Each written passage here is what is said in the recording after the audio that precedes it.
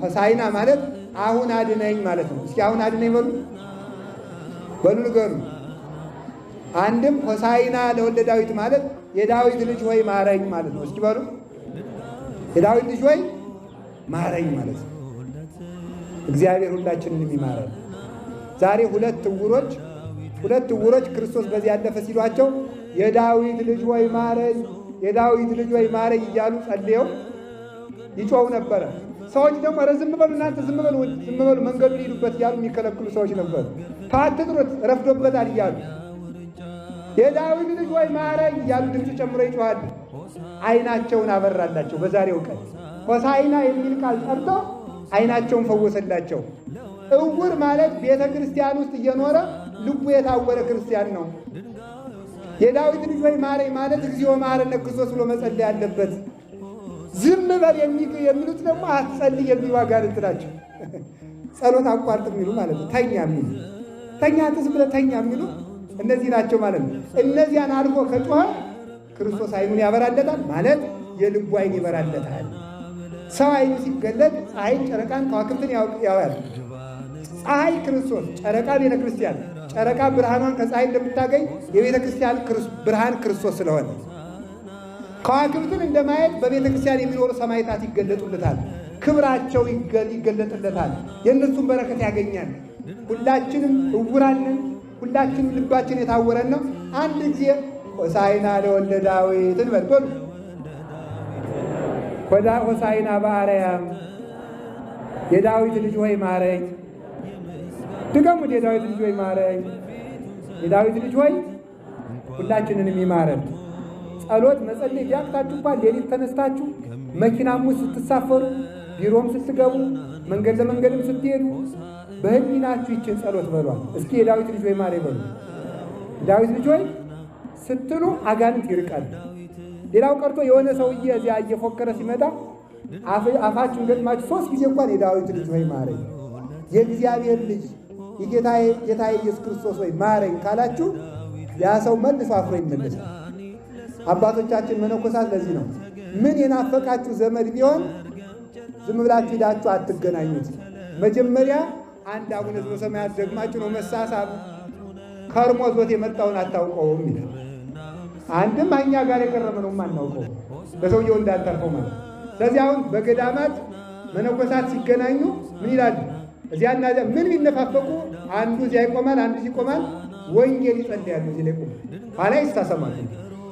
ስለዚህ ምንም ነገር ከማድረጋችሁ በፊት ሌላ ጸሎት ባይቻላችሁ እንኳን ጌታዬ መድኃኒቴ የእግዚአብሔር ልጅ ኢየሱስ ክርስቶስ ሆይ ማረኝ። ይሄ በጣም ትልቅ ጸሎት ነው።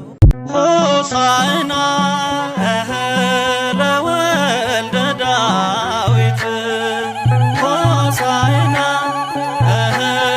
ለወልደ ዳዊት ለወልደ ዳዊት ለወልደ ዳዊት ለወልደ ዳዊት ለወልደ ዳዊት ሆሳዕና ለወልደ ዳዊት ለወልደ ዳዊት ለወልደ ዳዊት ለወልደ ዳዊት ሆሳዕና ሆሳዕና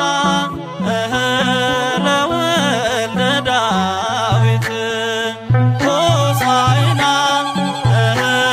ለወልደ ዳዊት ለወልደ ዳዊት ለወልደ ዳዊት ለወልደ ዳዊት ለወልደ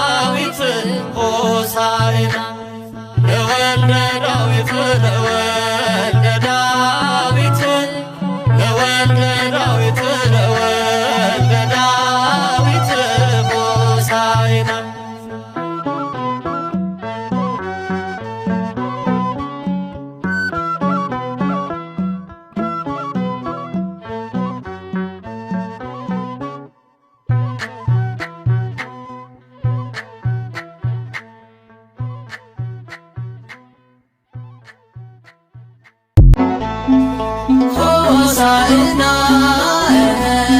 ለወልደ ዳዊት ሆሳዕና ለወልደ ዳዊት ለወልደ ዳዊት ለወልደ ዳዊት ለወልደ ዳዊት ለወልደ ዳዊት ሆሳዕና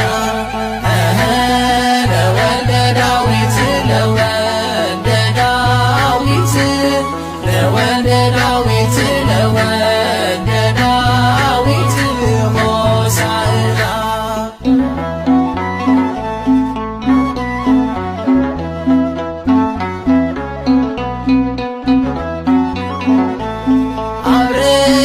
አብርሃም